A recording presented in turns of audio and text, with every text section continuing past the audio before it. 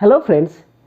आजकल भारत में किसी भी चुनाव के दौरान, चाहे वो उपचुनाव हो, राष्ट्रीय चुनाव हो या किसी स्टेट का चुनाव हो, जो आजकल चल रहा है और वोटों की गिनती शुरू हो गई। आज तो वोटों की गिनती होगी और शाम तक रिजल्ट भी आ जाएगा कि कौन सी पार्टी जीती है।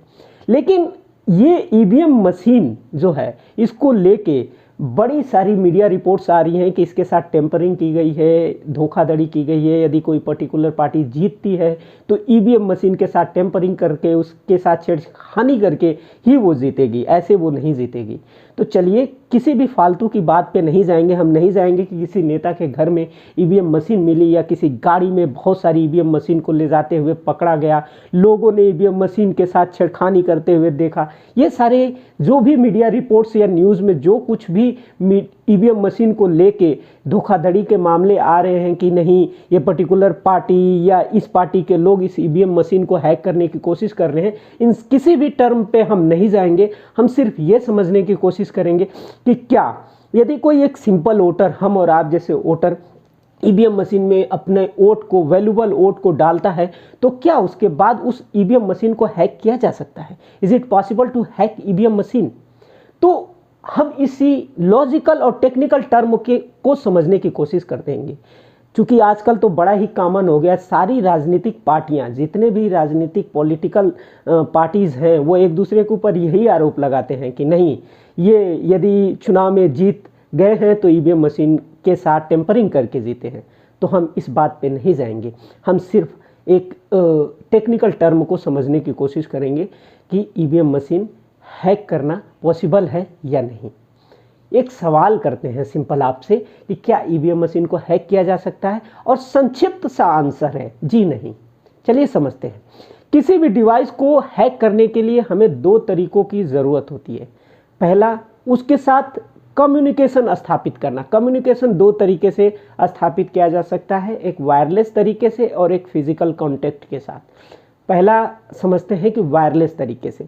ईवीएम मशीन में कोई भी वायरलेस सिस्टम नहीं होता, ब्लूटूथ कनेक्टिविटी नहीं होती और या कोई भी लैन पोर्ट नहीं होता जिसके साथ उसे हम, कोई रिमोट वाला व्यक्ति वायरलेस या वायरलेस तरीके से ब्लूटूथ कनेक्टिविटी के साथ उस ईवीएम मशीन से कम्युनिकेशन इस्टेब्लिश करके उसको हैक कर सके।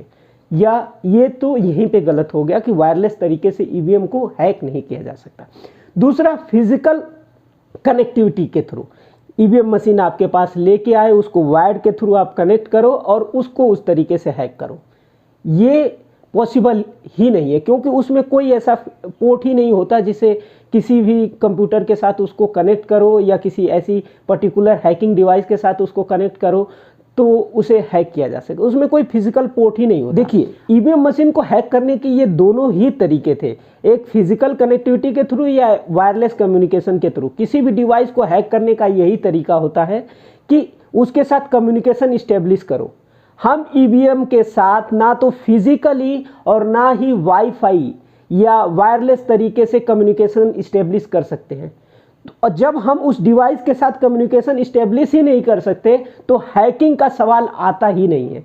ये बात आपको क्लियर होनी चाहिए। टेक्निकल टर्म है, लॉजिकल टर्म है। ये यदि आप इंजीनियर हैं, नहीं भी हैं, तो भी आपको समझ में आएगी। दूसरी चीज़ ये आती है कि जो कंपनियां ईवीएम मशीन बनाती हैं, मैन्युफैक्चरिंग, ईवीएम मैन्युफैक्चरिंग कंपनियां, उनके साथ कोई डील कर ली जाए कि आप ऐसी ईवीएम मशीन बनाओ जिसको जो कोई भी वोट डाले तो हमें ही वोट आए, उसका मुझे ही पर्टिकुलर उसी पार्टी को वोट मिले, या जो भी आप चाहो उस तरीके से एक प्रोसेस के थ्रू कि नहीं, ये हमारा एल्गोरिदम है, इसके थ्रू वो वोटर करे तो हमें ही वोट मिले। चलो मान लेते हैं। आपको मैं बता दूं कि भारत में दो सार्वजनिक कंपनियां हैं जिसके थ्रू ईवीएम मशीन बनाई जाती हैं। उनके इंजीनियर्स को, जो उस कंपनी में इंजीनियर्स हैं जो ईवीएम मशीन बनाते हैं, उनको ये पता ही नहीं होता कि जो वो ईवीएम मशीन बना रहे हैं वो वहाँ से निकलने के बाद किस स्टेट को, किस एरिया को वो ईवीएम मशीन जाएगी। तो सिंपल सी बात है, यदि आपने उनके साथ कोई डील भी कर ली है कि नहीं, ईवीएम मशीन के जो उसका लॉजिक कार्ड होता है, जो उसकी चिप्स होती हैं, उनमें कोई ऐसी टेम्परिंग कर दी जाए और उसको पर्टिकुलर वहाँ पे भेजा जाए, तो ऐसा कोई उनको तरीका ही नहीं होता। एक ये फुल सिक्योर्ड प्रोसेस है जिसके थ्रू ईवीएम मशीन को वहाँ से आउट किया जाता है और स्टेट के अलग अलग एरियाज में भेजे जाते हैं। और ये रैंडम होता है, कोई ऐसा सीक्वेंसिंग प्रोसेस नहीं होता, ये रैंडम होता है। किसी भी ईवीएम मशीन को किसी भी स्टेट में वोटिंग के लिए भेजा जा सकता है। अब चलिए समझते हैं कि ईवीएम मशीन के द्वारा वोटिंग का प्रोसेस क्या है।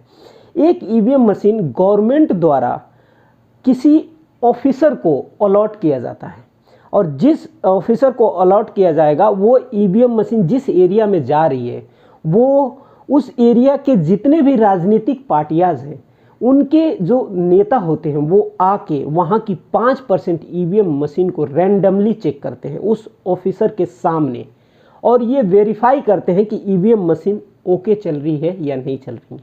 जब ये वेरीफाई करते हैं कि ईवीएम मशीन ओके चल रही है उसके बाद ही वोटिंग का प्रोसेस शुरू किया जाता है। तो सिंपल सी बात है, इसको ना तो फिजिकली किसी तरीके से हैक किया जा सकता है और ना ही उसमें कोई चिप लगा के किसी तरीके से हैक किया जा सकता है। तो ईवीएम को टेक्निकली और लॉजिकली हैक नहीं किया जा सकता। ये बहुत ही क्रिटिकल प्रोसेस है, ईवीएम को हैक करना पॉसिबल नहीं है। क्यों नहीं किया जा सकता, इसके टर्म को मैंने ऊपर समझाने की कोशिश की है। तो जितनी भी ये अफवाहें आजकल न्यूज़ में आ रही हैं कि नहीं ईवीएम यहाँ पे पकड़ी गई हैं, किसी नेता के घर में पकड़ी गई, किसी पर्टिकुलर पार्टी के नेता के यहाँ पकड़ी गई, किसी के गोदाम में पकड़ी गई, 2019 के चुनाव में भी यही चीज़ हुआ और आज 2022 के स्टेट के चुनाव में यही चीज़ सुनने को आ रहा है। ये जितनी भी राजनीतिक पार्टियां हैं जो ये बयानबाजी कर रही हैं कि ईवीएम के साथ छेड़छाड़ करके ये पर्टिकुलर पार्टी जीत रही है और ये जितनी भी सारी न्यूज़ आप देख रहे हो व्हाट्सएप पे, सोशल मीडिया पे और ये न्यूज़ चैनल्स पे कि ईवीएम को हैक करने की कोशिश की जा रही है, ये सिर्फ और सिर्फ बयानबाजी और पॉलिटिकल स्टंट है। इसका सच्चाई से कोई लेना देना नहीं है। क्यों नहीं है हमने इस वीडियो में समझ लिया। यदि आपको ये इन्फॉर्मेशन अच्छी लगी हो तो वीडियो को लाइक शेयर सब्सक्राइब कीजिए। हम मिलेंगे किसी नए वीडियो में किसी नए टॉपिक के साथ। तब तक के लिए जय हिंद, जय भारत।